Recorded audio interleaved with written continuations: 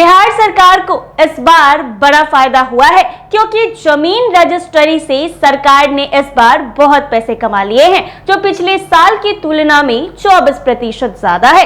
आंकड़े बता रहे हैं कि राज्य में अब लोग तेजी से प्रॉपर्टी की खरीद बिक्री कर रहे हैं। बिहार में जमीन और मकान की खरीद बिक्री से इस बार सरकार ने अब तक का सबसे बड़ा कलेक्शन उठाया है। निबंधन विभाग साल 24-25 में रिकॉर्ड 7,648 करोड़ रुपए मिले, जो पिछले साल से 24% ज्यादा है। ताजा रिपोर्ट बताती है कि रजिस्ट्री कराने में पटना जिला पूरे राज्य में सबसे महंगा है। यहाँ एक रजिस्ट्री से औसतन 1 लाख रुपए सरकार की कमाई होती है। अगर सिर्फ जिला निबंधन कार्यालय पटना की बात करें तो यहाँ ये आंकड़ा 2,50,000 तक पहुंच गया है।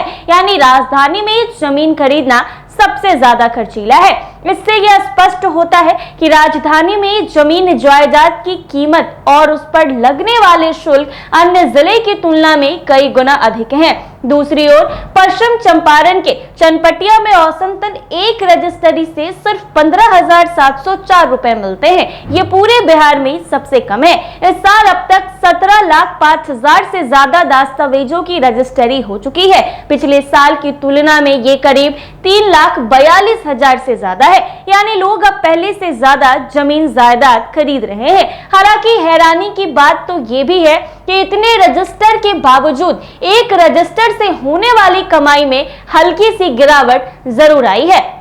अगर पिछले 5 सालों की बात की जाए तो रजिस्ट्री से होने वाली सरकार की आमदनी में जबरदस्त उछाल आया है। वर्ष 2020-21 में जहां राजस्व 4,297 करोड़ था, वहीं इस साल यह 7,648 करोड़ रुपए पहुंच गया है। यानी जमीन की खरीद बिक्री न सिर्फ लोगों की बढ़ती दिलचस्पी को दिखा रही है, बल्कि सरकार की तिजोरी भी तेजी से भर रही है। जी हाँ, आपको बता दें कि बात अगर राजधानी पटना की जाए तो राजधानी पटना में लोग ज्यादा से ज्यादा जमीन जायदाद खरीद रहे हैं, जिसको लेकर सरकार का खजाना भर रहा है। तो आपको बता दें कि देखा जाए तो सरकार ने बिहार में जमीन सर्वे का काम शुरू किया था, जिसको लेकर लोग पहले तो नाखुश नजर आए थे, लेकिन जमीनी विवाद काफी ज्यादा बढ़ने लगे थे, जिसको लेकर सरकार जो है वो जमीन की खरीद बिक्री के लिए भी कुछ टैक्स लगाना शुरू किया। ऐसे में आपको बता दें कि सरकार ने जमीन